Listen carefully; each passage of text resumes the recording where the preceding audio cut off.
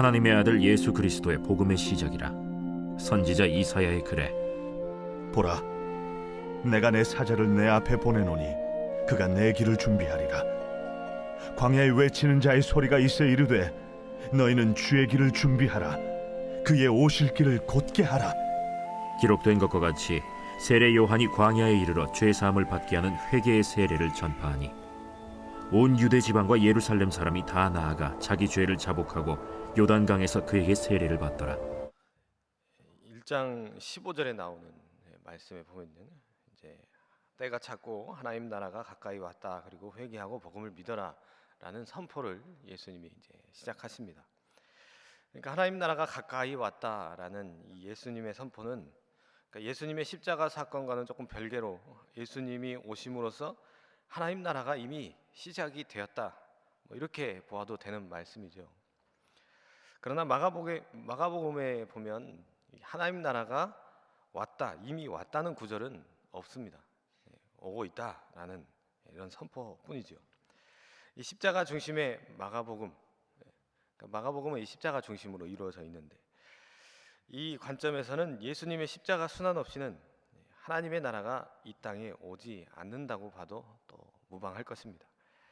하나님 나라는 이 메시아 예수님께서 피 흘림을 통해서 아주 큰 값을 치르심으로 인해 새롭게 시작된 그런 시대입니다.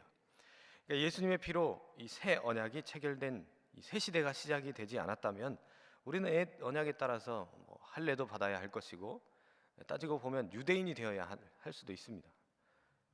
그런데 우리가 혈통적으로 우리가 유대인이 될 수는 없잖아요.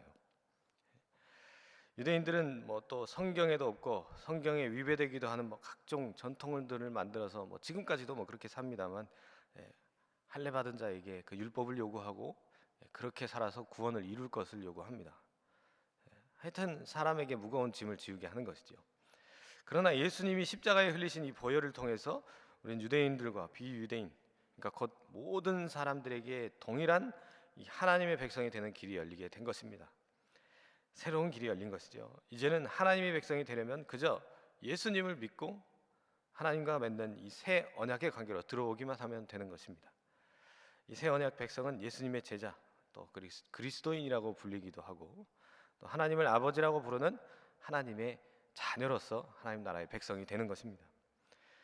이렇듯 이 하나님 나라는 값없이 우리에게 주어졌지만, 그것은 예수님이 값비싼 대가를 치르심으로 우리에게 주어진다는 사실을 분명히 알아야 됩니다. 하나님 나라에서 이루어지는 이 새 언약 관계는 믿는 자에게 아무 조건 없이 값없이 주어지는 그저 그냥 무조건적인 그런 은혜입니다. 그러나 이 하나님 나라, 이 선물이 그저 아무런 기대가 없이 우리에게 주어지는 것도 아니라는 거예요. 무슨 얘기냐면, 예수님은 분명히 회개와 믿음을 요구하셨습니다. 그런데 이 믿음에는 순종이라는 행동이 동반이 되어야 한다는 거예요. 이 기대를 저버리지 않는 것은 우리가 복음에 대한 바른 반응, 바른 삶을 통해서 우리에게 나타날 수 있게 되는 것입니다.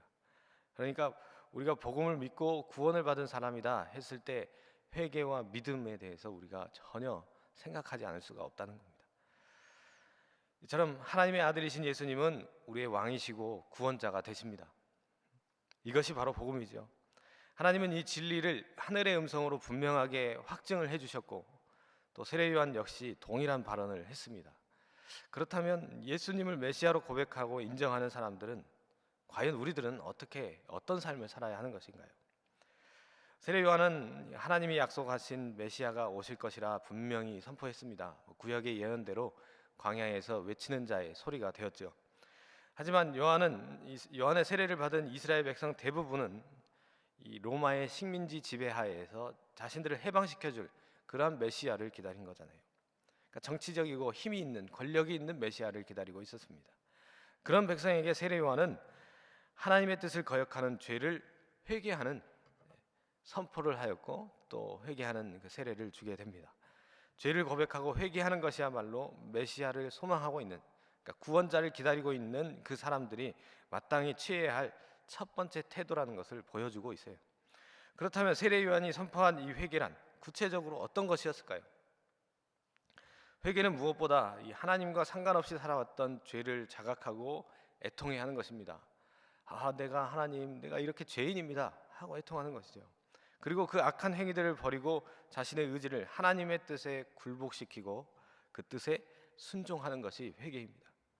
그러니까 단순히 내 죄를 자백하는 것으로 끝나는 것이 회개가 아니라는 거예요. 요한은 그래서 옷을 2벌 가진 사람은 옷이 없는 사람에게 자신의 옷을 1벌 주고, 또 먹을 것이 있는 사람도 궁핍한 사람과 나누어 살아라고 그렇게 가르쳤습니다. 그러니까 요한이 세례를 주던 당시와 마찬가지로 오늘날에도 회개의 진정한 의미는 자신을 돌이키고 하나님 말씀에 순종하는 데 있다는 거예요. 입술로는 우리의 죄를 자백하면서도 정작 나의 삶에서 죄악을 멀리하지도 않고 또 구체적으로 하나님 말씀에 순종하는 그런 모습을 보이지도 않는다는 거죠. 우리가 메시아로 고백하는 이 예수님은 삶으로 드러나는 우리의 참된 회개를 기대하고 계십니다. 하나님을 사랑하고 이웃을 자기의 몸처럼 사랑하고 살라고 말씀하셨잖아요. 예수님을 왕으로 고백하는 우리는 이 고백, 이 말씀에 우리의 삶에서 완전히 드러나도록 우리 회개의 열매를 맺으며 살아가야 합니다. 예수님이 요한에게 세례를 받으실 때 하늘에서 음성이 들렸습니다.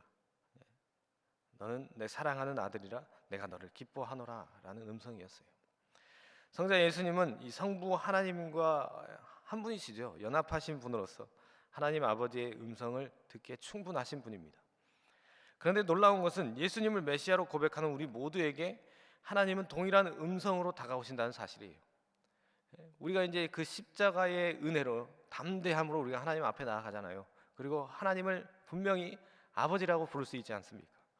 이제 우리도 동일하게 하나님의 음성을 들을 수 있는 자녀가 되었다는 사실입니다. 우리는 하나님을 거역한 죄인이었음에도 하나님은 우리가 예수님을 믿는다는 그 이유 하나만으로 우리를 당신의 자녀이고 또 예수 그리스도의 한 지체로서 우리를 불러주셨습니다. 그래서 우리는 어떤 상황에서도 하나님이 주시는 이 사랑, 자녀를 향한 아버지의 사랑을 확신할 수가 있습니다. 이것이 예수님을 메시아로 믿는 사람들의 마땅한 태도라는 거예요. 절대로 이 믿음에 대해서, 이 사랑에 대해서 의심할 수가 없다는 겁니다.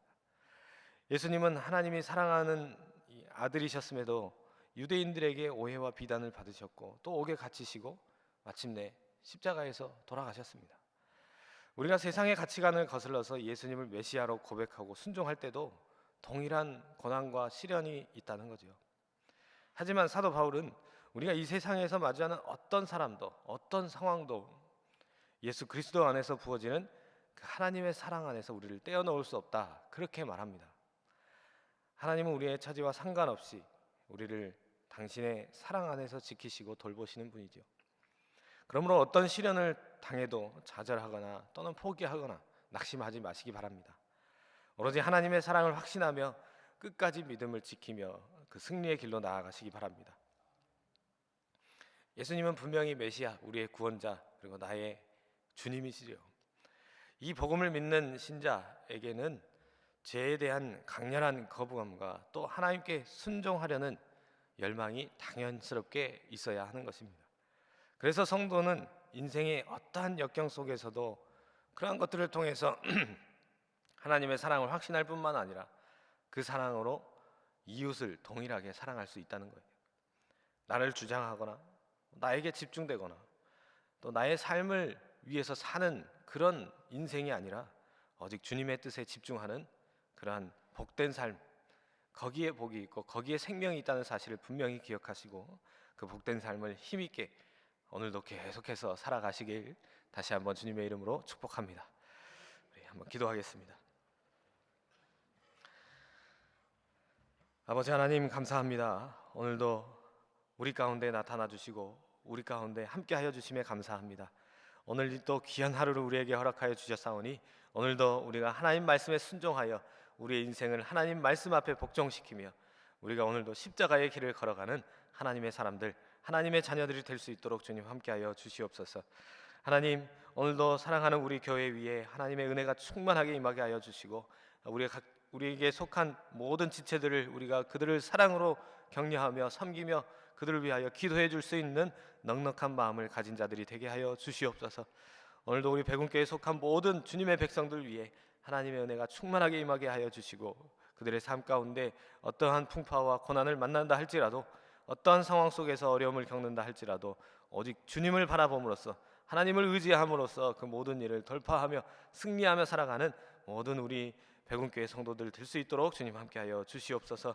하나님, 오늘도 사랑하시는 우리 담임 목사님을 위해 기도합니다. 하나님, 또 멀리 출타 중에 계시지만 하나님 그 가운데에서도 어떠한 삶을 살아간다 하실지라도 하나님 그 순간순간마다 하나님의 영광을 드러내는 귀한 우리 담임 목사님 되게 하시며, 또 멀리서 이렇게 주님의 여정을 잘 걸어가고 있는 이 시간 가운데서도 건강으로 지켜주시고 늘 성령 충만으로 함께하여 주셔서 어느 곳에 가든지 하나님을 드러내며, 또한 우리 백운교회가 또 담임 목사님을 통하여서 하나님의 자랑이 되는 그러한 일을 감당하실 수 있도록 주님 함께하여 주시옵소서.